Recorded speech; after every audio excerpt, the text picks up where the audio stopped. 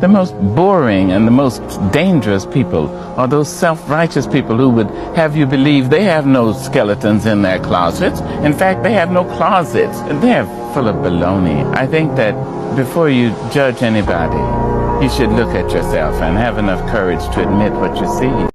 Being a judgmental person is ruining your life and holding you back more than you know. And I am telling you this as a fellow judgmental person in rehabilitation. And in case you're wondering, oh, what does it even mean to be judgmental? Let's do a little bit of self reflection. Do you always assume ill intent? You see someone trying to do better for themselves, let's say dress better or speak better, and all you want to talk about, or sometimes even think about, you don't have to say anything, is how, oh, they are full of it, they are fake.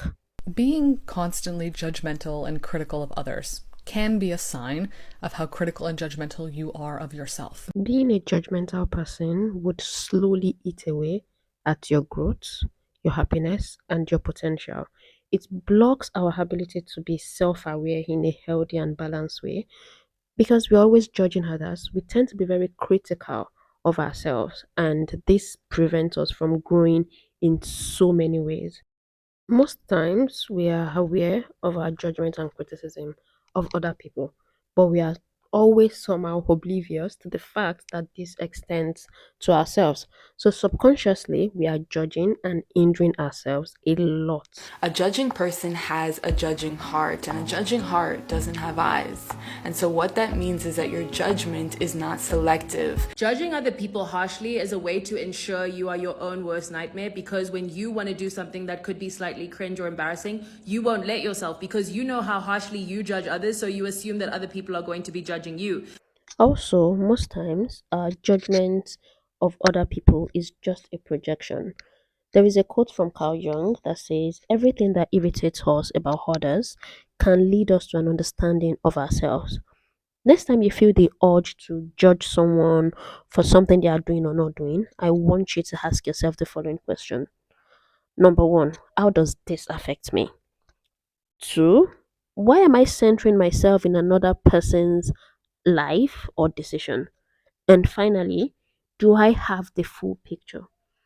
If the action doesn't affect you directly or doesn't even affect you at all, and you do not have the full picture, and it is not about you, why then do you think you need to have an opinion? Why then do you have an opinion about it? I want you to examine the emotions that their action brought up for you, as against you just jumping into judgment. This emotion could be fear, could be anger, could be jealousy. It could really be anything. I want you to note it down and try to consider where it might be originating from. Did they trigger something in you? Is it something they're doing that makes you self-conscious of something you're not doing? I want you to examine it. I want you to acknowledge that there is a problem and commit to working on it. By learning to accept others, we will also learn to accept ourselves and give our goals room to develop without being crushed by the weight of our own judgment and criticism.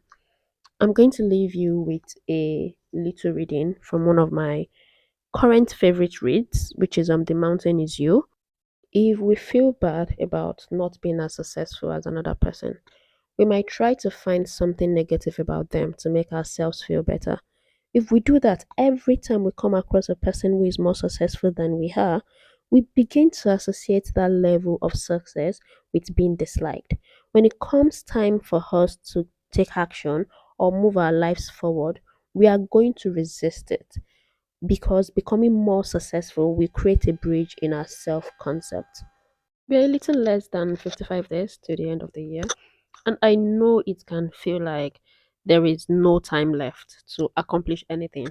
But I want to remind you that if you are only able to get 5% done by the end of the year, that is 5% you do not have to worry about when January comes around. That is 5% that you have under your belt already. So make sure you subscribe to the channel and turn on your notifications as we embark on this journey together. And I wish you the very best week and the very best weekend ahead. Thank you.